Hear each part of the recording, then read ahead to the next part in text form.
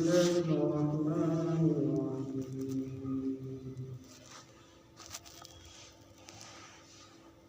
إن الله لا يستحيي أن يضرب مثلا ما بعوضة فما فوقها فأما الذين آمنوا فيعلمون أنه الحق من ربهم وأما الذين كفروا فيقولون ماذا أراد الله بهذا مثلا يضل به كثيرا ويهدي به كثيرا وما يضل به إلا الفاسقين الذين ينقضون عهد الله من بعد ميثاقه ويقطعون ما أمر الله به أن يوصل ويفسدون في الأرض أولئك هم الخاسرون كيف تكفرون بالله وكنتم أمواتا فأحياكم ثم يميتكم ثم يحييكم ثم إليه ترجعون صدق اللہ العظیم۔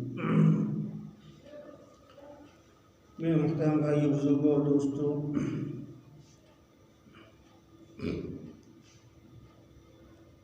یہ قرآن مجید کا درس جو چل رہا ہے، ہمیں اور آپ کو معلوم ہونا چاہیے کہ جس طریقے سے ہم اور آپ پانی پیتے ہیں تو پانی چاہے ہم نل سے نکال کر کے پئیں، چاہے فریج سے نکال کر کے پئیں اور چاہے مٹکے سے نکال کر کے پئیں یا مختلف چیزوں سے اگر ہم نکال کر کے پیتے ہیں پانی کو، لیکن اگر ہم غور کریں تو ہمیں یہ نظر آئے گا کہ یہ پانی زمین ہی کا ہے، پانی زمین ہی کا ہے، یعنی زمین سے یہ نکالا گیا ہے۔ گویا کہ زمین سرچشمہ ہے، زمین منبع ہے، زمین خزانہ ہے۔ کہیں ٹوٹی میں آ رہا ہے پانی، لیکن وہ نکلا کہاں سے ہے؟ نکلا تو زمین ہی سے ہے۔ اس کا ذخیرہ کر لیا گیا، اکٹھا کر لیا گیا ایک ٹنکی میں، اس کے بعد میں سپلائی کر دیا گیا۔ تو یہی حال ہے ہماری عبادتوں کا، ہماری ریاضتوں کا، ہمارے معاملات کا، ہمارے لین دین کا، یعنی یہ قرآن مجید ہر چیز کا منبع ہے، سرچشمہ ہے۔ حدیث نکلی تو اسی سے نکلی، نماز کا معاملہ آتا ہے تو اسی سے نکلا ہو۔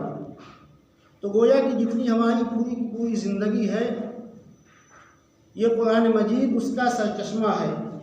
اور جس شعبے کے اندر بھی ہم جائیں،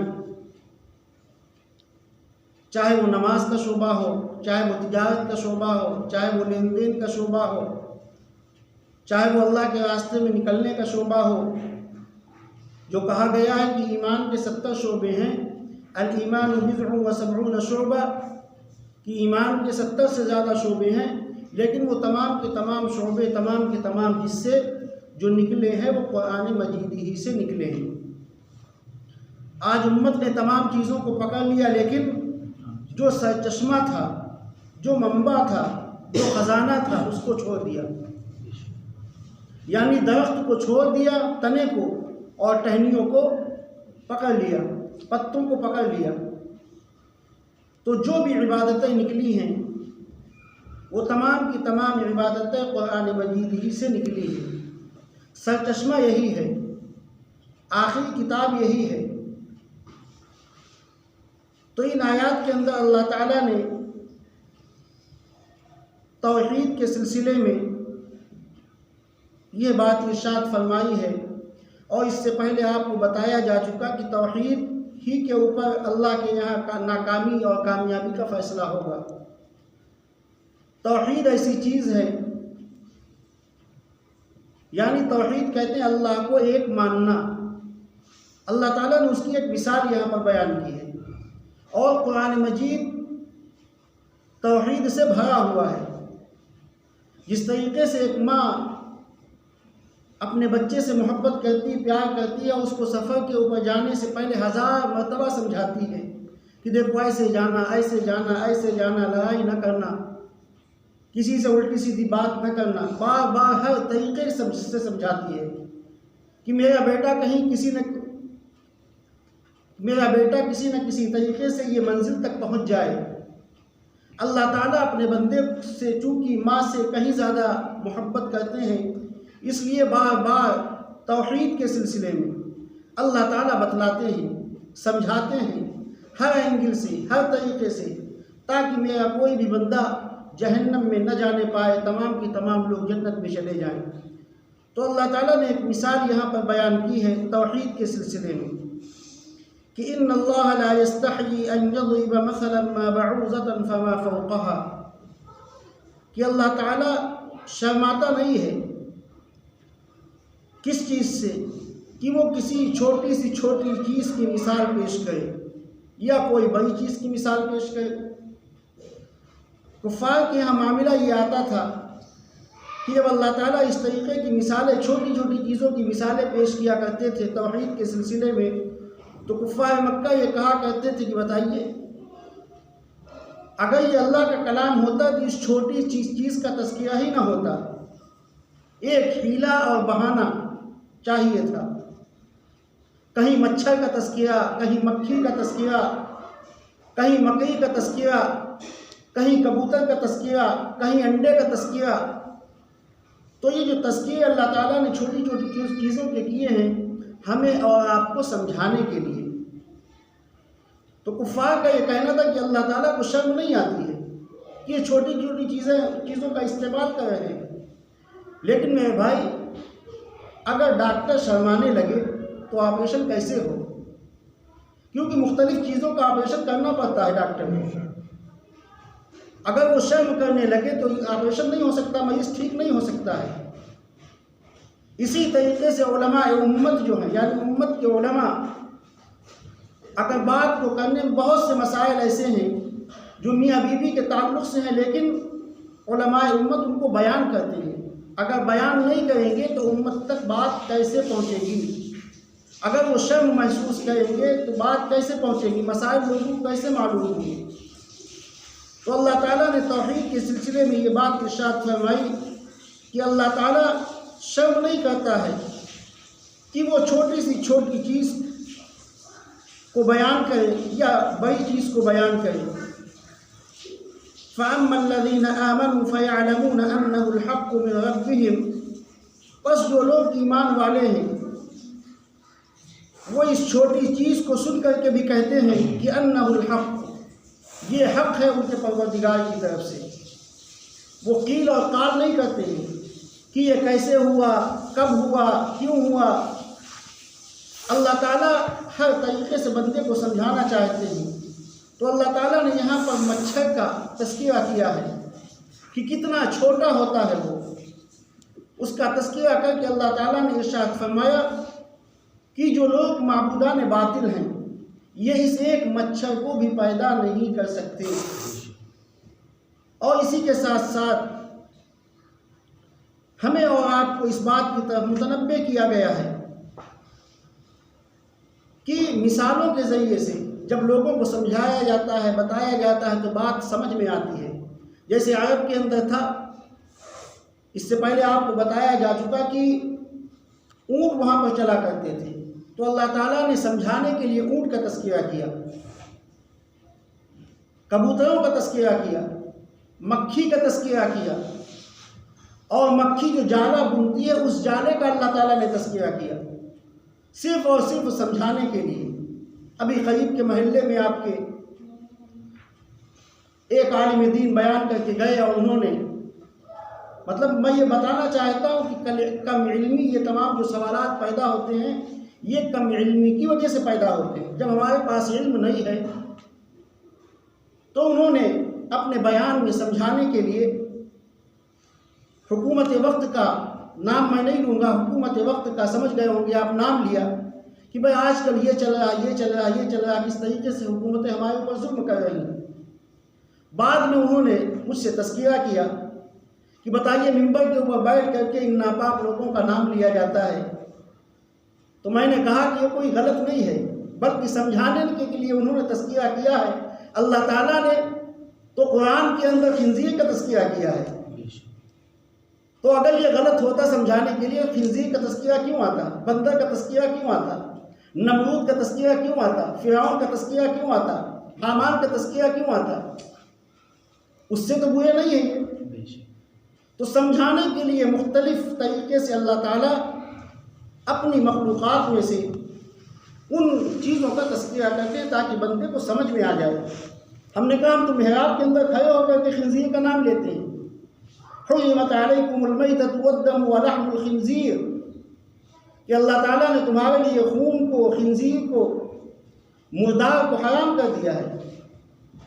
تو جب اس چیز کا تذکرہ ہو سکتا ہے، اس چیز کا نام لیا جا سکتا ہے، تو اس چیز کا کیوں نہیں لیا جا سکتا؟ تو کہنے کا مقصد یہ ہے کہ کم علمی کی وجہ سے، لا علمی کی وجہ سے بہت سی چیزیں ایسی ہیں جو ہماری سمجھ میں نہیں آتی ہیں۔ جب میں نے ان سے یہ بات کہی تو وہ اس بات کے اوپر راضی ہو گئے۔ اسی طریقے سے ایک پروگرام ایک جگہ چل رہا تھا، تو ایک عالم دین نے وہاں پہ ایک حدیث پڑھی، قال قال رسول اللہ صلی اللہ علیہ وسلم۔ قال کے معنی کہنا، کہ رسول اللہ صلی اللہ علیہ وسلم نے یہ بات کہی، یہ بات کہی آپ صلی اللہ علیہ وسلم نے۔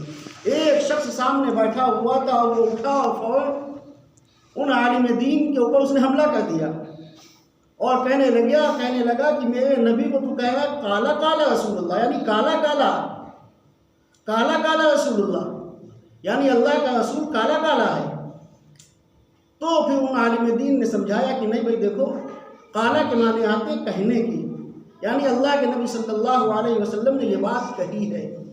اب ان کے سمجھ میں نہیں آیا، وہ سمجھ رہا ہے کہ کالا کالا رسول اللہ کہے۔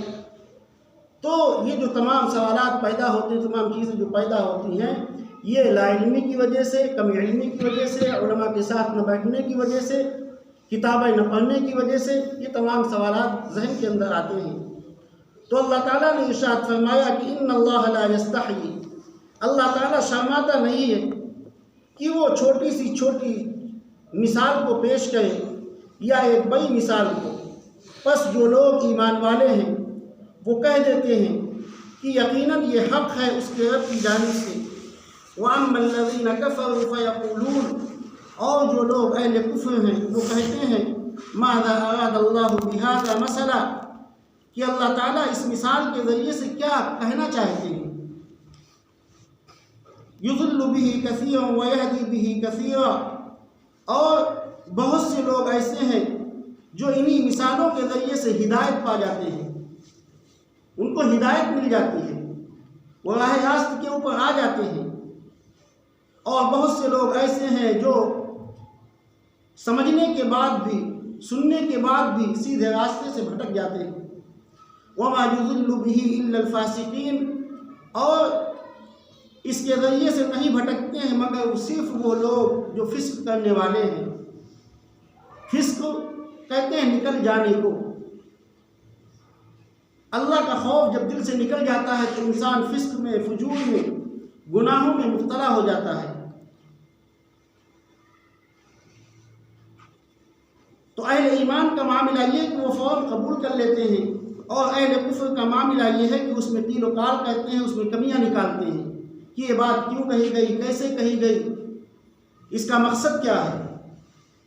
تو اللہ تعالیٰ نے اس سے بھی چھوٹی چیز، مچھر کا تذکرہ کیا، مکڑی کا تذکرہ کیا۔ کہنے کا مقصد یہ ہے اللہ تعالیٰ کے کہ جب اللہ تعالیٰ کسی قوم کو بلندی دیتے ہیں اور اگر وہ قوم راہ راست کے اوپر رہتی ہے تو یقیناً اللہ تعالیٰ اس کو عروج دیتے ہیں، اور جب وہ اللہ کی نافرمانی کرنے لگتی ہے، حسد کرنے لگتی ہے، اللہ کے راستے سے ہٹ جاتی ہے، تو اللہ تعالیٰ اس قوم کو فنا کر دیتے ہیں، ختم کر دیتے ہیں۔ قرآن مجید کے اندر اللہ تعالیٰ نے اسی کا تذکرہ کیا ہے کہ یا ایھا الناس ضرب مثل فاستمعوا لہ، کہ اے لوگوں اللہ تعالیٰ نے ایک مثال بیان کی ہے، فاستمعوا لہ، غور سے سنو۔ ان الذین تدعون من دون اللہ، کہ جو لوگ اللہ کو چھوڑ کر کے غیروں کو پکارتے ہیں، غیروں کی دہائی دیتے ہیں، غیروں کے سامنے ہاتھ پھیلاتے ہیں، لن یخلقوا ذبابا، لن یخلقوا ذبابا، وہ ایک مکھی بھی پیدا نہیں کر سکتے۔ مکھی کتنی چھوٹی سی چیز ہے، ایک مکھی بھی پیدا نہیں کر سکتے۔ وَلَوِ اجْتَمَعُوا لَهُ، اگر وہ تمام کے تمام یعنی دنیا کے تمام انسان بھی جمع ہو جائیں تب بھی یہ مکھی بھی پیدا نہیں کی۔ میں نہیں کہہ رہا، 70ویں پارے کے اندر آیت موجود ہے، میں تو صرف اس کا پیغام آپ تک پہنچا رہا ہوں۔ وَلَوِ اجْتَمَعُوا لَهُ، اگر تمام کے تمام لوگ اکٹھا ہو جائیں، دنیا کے لوگ جب بھی ایک مکھی پیدا نہیں کر سکتے۔ وَإِن يَسْلُبْهُمُ الذُّبَابُ شَيْئًا لَا يَسْتَنْقِذُوهُ مِنْهُ، اور اگر ان کے اوپر یعنی معبودان باطل کے اوپر اگر کوئی مکھی بیٹھ جائے اور کوئی چیز ان سے چھین کر کے لے کے چلی جائے تب بھی وہ چیز اس سے یہ لوگ لے نہیں سکتے ہیں۔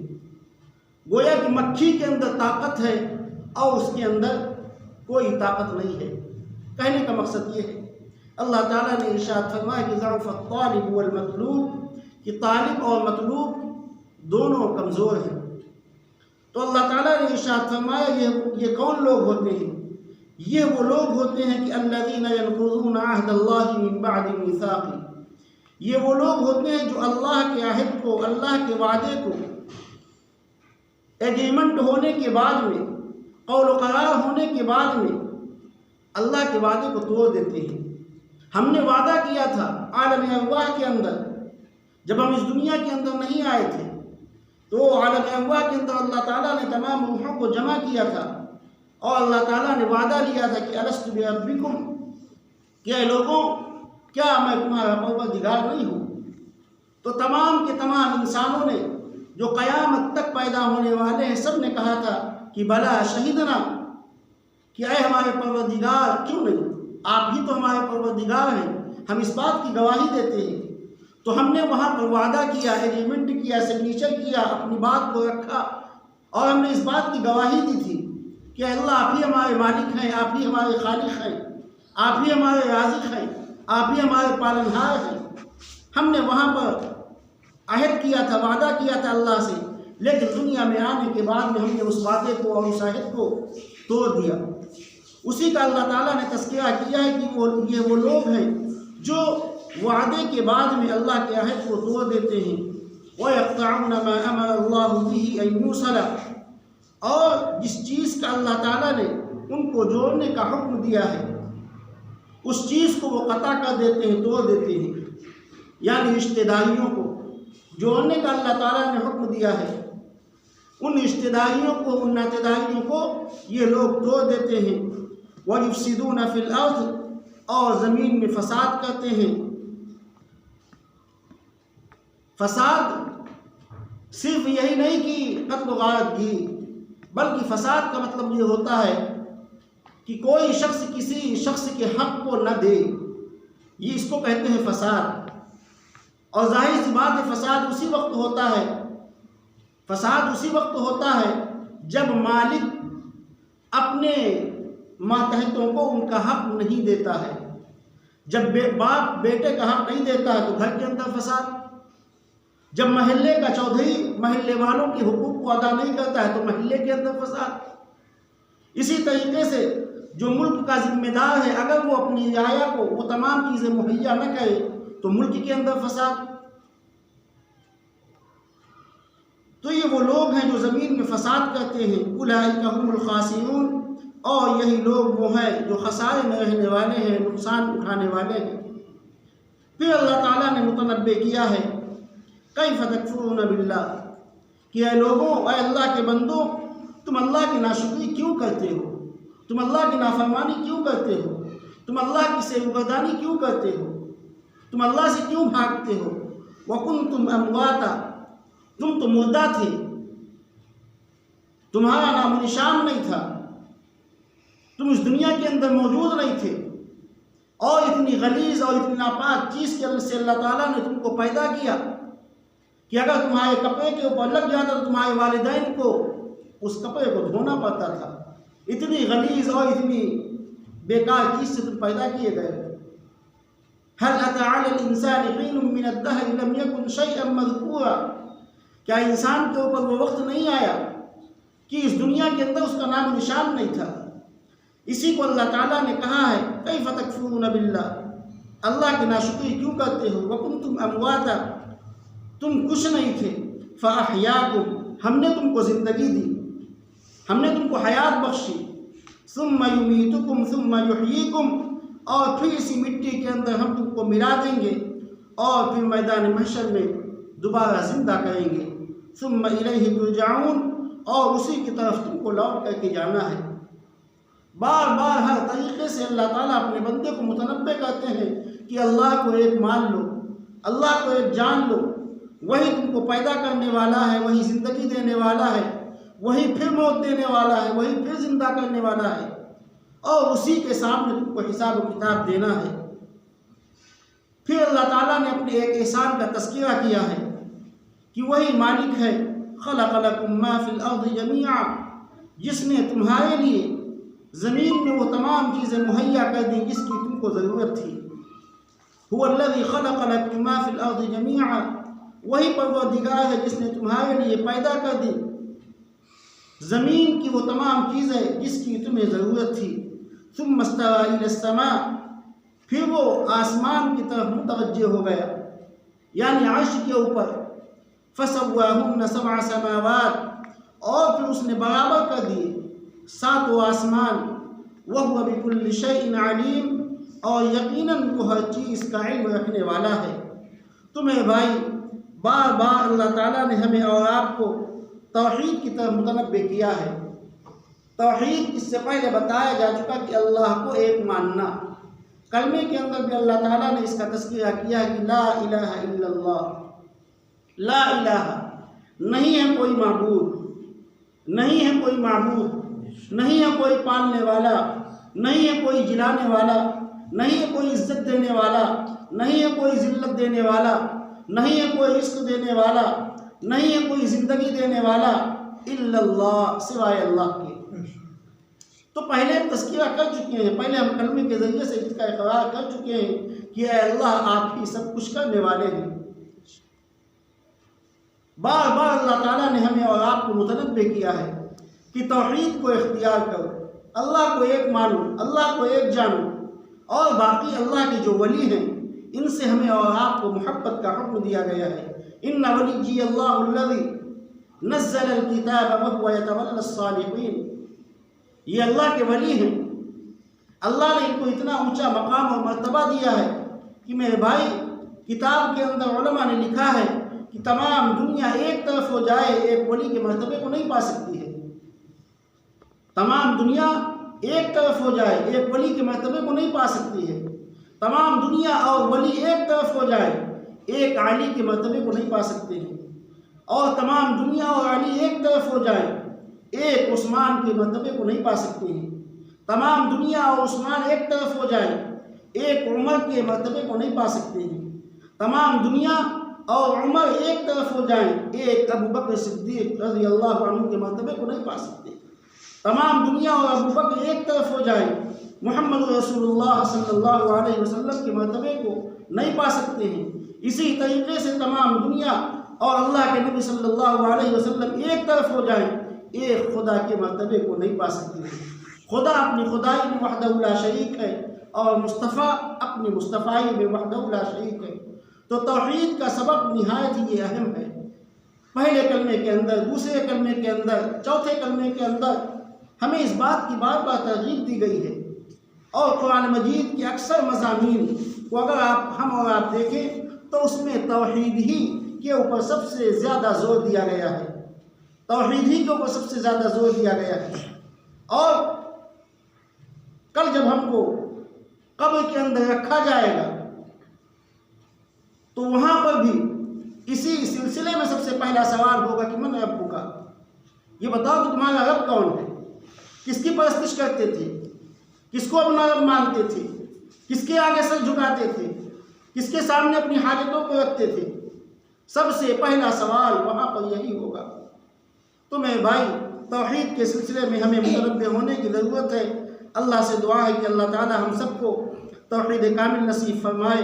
اور اپنے نبی جناب محمد رسول اللہ صلی اللہ علیہ وسلم کی سنتوں پر ہم سب کو عمل کی توفیق نصیب فرمائے. وآخر دعوانا الحمدللہ رب العالمین. دعا فرمائے.